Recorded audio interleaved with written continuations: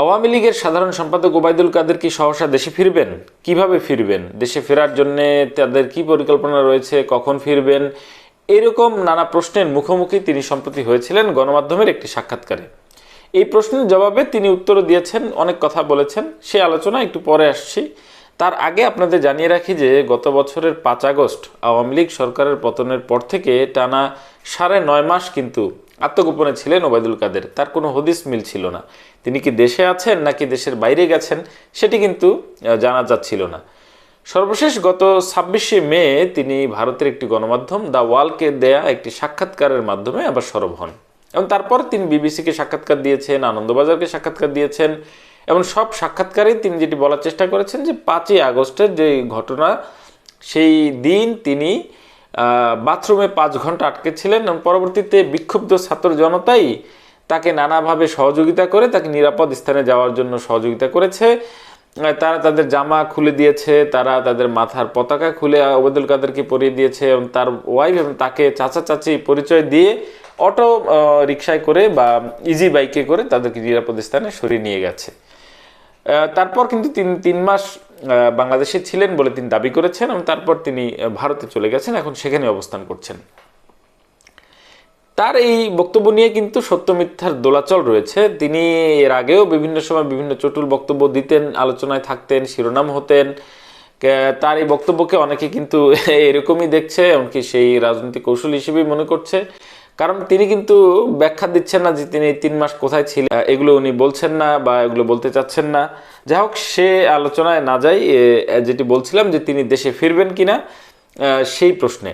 সম্প্রতি জনপ্রিয় গণমাধ্যম ব্যক্তিত্ব উপস্থাপিকা শারমিন চৌধুরীকে টেলিফোনে একটি সাক্ষাৎকার দিয়েছেন ওবায়দুল কাদের, এবং সেখানে তাকে প্রশ্ন করা হয়েছিল তার দেশে ফেরা নিয়ে।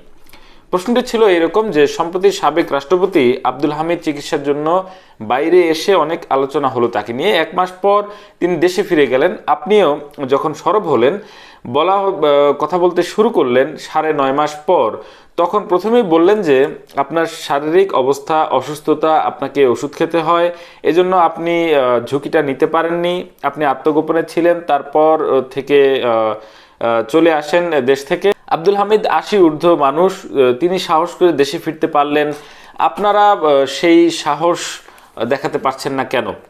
জবাবে ওবায়দুল কাদের উপস্থাপিকাকে বলেন যে আপনি ইউনূস সরকারের পক্ষ থেকে আপনি কি কোনো গ্যারান্টি দিতে পারবেন যে আমরা আব্দুল হামিদের মতো ফিরে যেতে পারবো নিরাপদে? জবাবে উপস্থাপিকা শারমিন চৌধুরী বলেন যে আমি তো পারবো না, আব্দুল হামিদকে সেই গ্যারান্টি পেয়েছিলেন। এবার ওবায়দুল কাদের বলেন যে যা পারবেন না তা বলেন কেন? উপস্থাপিকা শারমিন চৌধুরী আবারও তাকে প্রশ্ন করেন যে আব্দুল হামিদ কি সেই গ্যারান্টি পেয়েছিলেন? ওবায়দুল কাদের এবার একটু গলাটা চড়িয়ে ফেলেন, এমনকি তিনি বলেন যে আব্দুল হামিদের সাথে এটা মেলাবেন না, এটা আপনারাও ভালো বোঝেন, আমিও ভালো বুঝি। 80-এর বেশি তার বয়স, 83-84 ওনার বয়স, উনি খুবই অসুস্থ। এখন ওনার সাথে তোফায়েল আহমেদ, আমাদের একসময় ডাকসাইটের নেতা, তিনি আজকে স্মৃতিশক্তি হারিয়ে ফেলেছেন, একদম বিছানায় শুয়ে আছে। এটার সাথে তুলনা করে তো লাভ নাই। এবার উপস্থাপিকা তাকে প্রশ্ন করেন যে এনারা বেশি অসুস্থ, বেশি বয়স, আপনারা অপেক্ষাকৃত কম বয়স ও অপেক্ষাকৃত কম অসুস্থ, এই জন্য কম সাহস, এটা কি কোনো কারণ? ওবায়দুল কাদের এবার স্বভাবসুলভ ভঙ্গিতে উত্তর দেন যে আপনি গ্যারান্টি দেন দেশে গেলে নিরাপদে থাকবো, আমার রাজনৈতিক অ্যাক্টিভিটি নিষিদ্ধ করে দিয়েছে, প্রতিদিন আমার দলের লোকদের পেটাচ্ছে, আমার ছেলে মেয়েদের স্কুলে যেতে দিচ্ছে না, আমার ছেলে মেয়েদের পরীক্ষা দিতে দিচ্ছে না, কি যে অত্যাচার, কি যে নিপীড়ন আওয়ামী লীগ করে, আইনজীবীরা আদালতে যেতে পারছে না, কথা বলতে পারছে না, এগুলো কি আপনি জানেন না?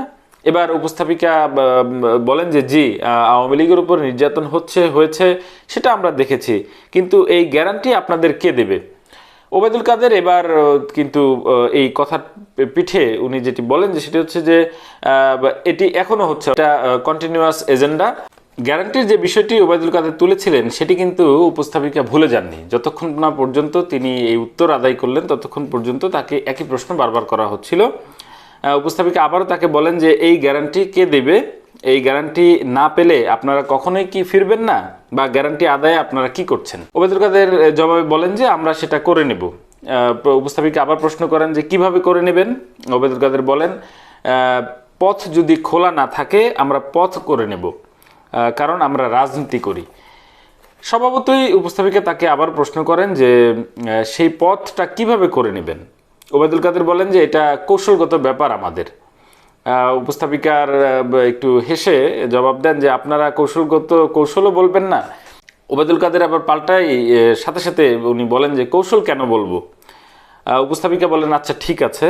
ওবায়দুল কাদের এবার আবারও বলেন যে বাংলাদেশের রাজনীতির দুয়ার যখন অবরুদ্ধ তখন আমাদের কৌশল করতেই হবে। আমার এত নেতাকর্মী জেলে, আজ লক্ষ লক্ষ কর্মী বাড়ি ছাড়া পথে পথে ঘুরে বেড়াচ্ছে, তারপর আমরা যারা অনেকেই দেশের বাইরে আছি, আমরা কি স্বদেশে প্রত্যাবর্তন করব না?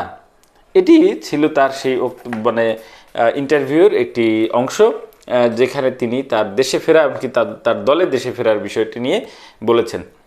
সাম্প্রতিক সময়ে তিনি যেভাবে গণমাধ্যমে সরব হচ্ছেন, এমনকি সবাইকে বক্তব্য দিচ্ছেন, তাদের দলের বিভিন্ন কর্মকাণ্ড নিয়ে অতীতের যে সমালোচনা সেটির জবাব দিচ্ছেন, এমনকি সেই জবাবের মধ্যে কোথাও কিন্তু গত বছরের জুলাই আগস্টে যে কাণ্ডটি ঘটে গেল তার সরকারের সময়ে বা তিনি যে সরকারের মন্ত্রী ছিলেন সেই সরকারের সময়ে, সেটি নিয়ে কিন্তু কোনো ধরনের অনুকম্পা বা অনুশোচনার কোনো লেশমাত্র ওবায়দুল কাদেরের কথায় নেই। তার চেয়ে বড় অভিযোগ যেটি হচ্ছে যে জুলাই আগস্ট গণ অভ্যুত্থানে ছাত্রলীগকে ছাত্র জনতার উপর যে লেলিয়ে দেয়া কিংবা তাদেরকে ছাত্রদের উপর চড়াও হতে বাধ্য করার পেছনে কিন্তু এই ওবায়দুল কাদেরের অন্যতম ভূমিকা রয়েছে বলে আমরা জানি। কারণ তিনি তখন কিন্তু প্রকাশ্যেই বলেছেন যে এই ছাত্রদের দমন করার জন্য ছাত্রলীগই যথেষ্ট। আর তারপরে কিন্তু আমরা দেখেছি যে ছাত্রলীগ বর্বরভাবে ছাত্র জনতার উপর কিভাবে হামলা করেছিল। এখন কিন্তু ওবায়দুল কাদের সেই দায় অস্বীকার করছেন। তিনি এখন বলছেন যে তিনি যা করেছেন দলের সভাপতি অর্থাৎ তৎকালীন প্রধানমন্ত্রী শেখ হাসিনার নির্দেশে করেছেন, অর্থাৎ তিনি সব দায় কিন্তু শেখ হাসিনার উপরে দিচ্ছেন, তিনি কোনো দায় নিতে চাচ্ছেন না।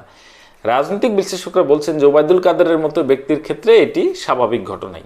কারণ উনি বাংলাদেশে যখন মন্ত্রী ছিলেন, যখন রাজনীতিতে সরব ছিলেন, তখনও নানা ধরনের চটুল বক্তব্য মন্তব্য করে সংবাদের শিরোনাম হতেন।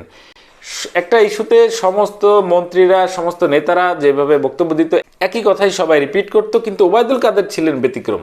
তিনি কিন্তু এক এক সময় এক এক ধরনের চটুল বক্তব্য দিয়ে, কখনো দলে নবাগতদেরকে কাক উপাধি দিয়ে, কখনো এরা কারা কোথা থেকে এলো, কিংবা বিআরটিএর সেই কর্মকর্তা মাসুদ ভালো হয়ে যাও, এই ধরনের নানা ধরনের চটুল বক্তব্য কিন্তু তিনি দিতে পারতেন। এটি কিন্তু সত্যি যে ওবায়দুল কাদের একসময় সাংবাদিক ছিলেন, সাংবাদিক হিসেবে বেশ অনেক কাজ করেছেন, যে কারণে তিনি কিন্তু সংবাদে কিভাবে শিরোনাম হওয়া যায় বা কিভাবে গুরুত্ব পাওয়া যায় এটাই হয়তো উনি বোঝেন। এমনকি তার বক্তব্যে এখনও যে ইন্টারভিউগুলো তিনি দিচ্ছেন সেখানে কিন্তু তার ছাপ আমরা দেখতে পাচ্ছি। সর্বশেষ তিনি একটি ইন্টারভিউ দিলেন আনন্দবাজারকে, সেখানে তিনি বললেন যে ছাত্র জনতা তাকে তার বাসায় যখন তার স্ত্রী সহ আবিষ্কার করে ফেলে তাকে, তখন তাদের বাথরুমে তিনি লুকিয়েছিলেন 5 ঘন্টা। তখন তার ওয়াইফ মানে দ্বিধান্বিত ছিলেন যে তাদেরকে বাথরুমে ঢুকতে দিবেন কিনা। একসময় ওবায়দুল কাদের বলেন যে ঠিক আছে, বাথরুম দরজা খুলে দাও, ওরা ঢুকতে চাইলে ঢুকুক। ঢোকার পরে উনি যেটি বুঝতে পারেন যে সেই ছাত্র জনতার টার্গেট হচ্ছে বাথরুমের কমোড এমনকি বেসিন, যেটি উনি বলেছেন যে আমি তখন বুঝতে পারি যে তাদের টার্গেট আমি না, তাদের টার্গেট হচ্ছে কি বাথরুমের কমোড এবং বেসিন। অর্থাৎ জুলাই আগস্ট গণ অভ্যুত্থানে যারা বিপ্লব করেছে তারা বাথরুমের কমোড এবং বেসিন লুট করার জন্য বিপ্লব করেছে। এবার ভেবে দেখুন যে ওবায়দুল কাদের কি পর্যায়ের মানে চটুলতা বা কি ধরনের রসিকতা আসলে করতে পারেন একটা সিরিয়াস বিষয়কে নিয়ে, এমনকি কতটা বাক্য ব্যয় করে শব্দ প্রয়োগের মাধ্যমে একটি গুরুত্বপূর্ণ বিষয়কে অগুরুত্বপূর্ণ এমনকি কম জনপ্রিয় বিষয়কে জনপ্রিয় করার বিষয়টিও তিনি ভালো রপ্ত করেছেন, এমনকি তিনি পারেন। যাই হোক, ওবায়দুল কাদের বাংলাদেশের রাজনীতিতে আবার কবে ফিরে আসবেন এটি কিন্তু অনিশ্চিত। অনেকে বলছেন যে তার আর বাংলাদেশের রাজনীতিতে সক্রিয় হওয়ার কোনো পথ নেই, কিন্তু রাজনীতিতে শেষ কথা বলতে কিছু নেই। হয়তো ওবায়দুল কাদেররা নির্বাচনের আগেই চলে আসবেন, হয়তো তফসিল হওয়ার আগেই আসবেন অথবা তফসিল হওয়ার পরেই আসবেন, এটা অবাক হওয়ার কিছু নেই। বাংলাদেশে ওনারা একসময় রাজনীতি করতেন, এখনও বাংলাদেশ আওয়ামী লীগের তিনি নিজে দাবি করছেন যে সাধারণ সম্পাদক। সেই জায়গা থেকে তাদের দেশে ফেরাটা অসম্ভব কিছু না, তারা কোনো অন্যায় করলে আইন অনুযায়ী বিচার হবে।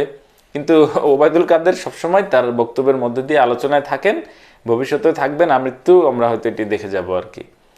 আজকে এই পর্যন্তই, সবাই ভালো থাকবেন, সুস্থ থাকবেন।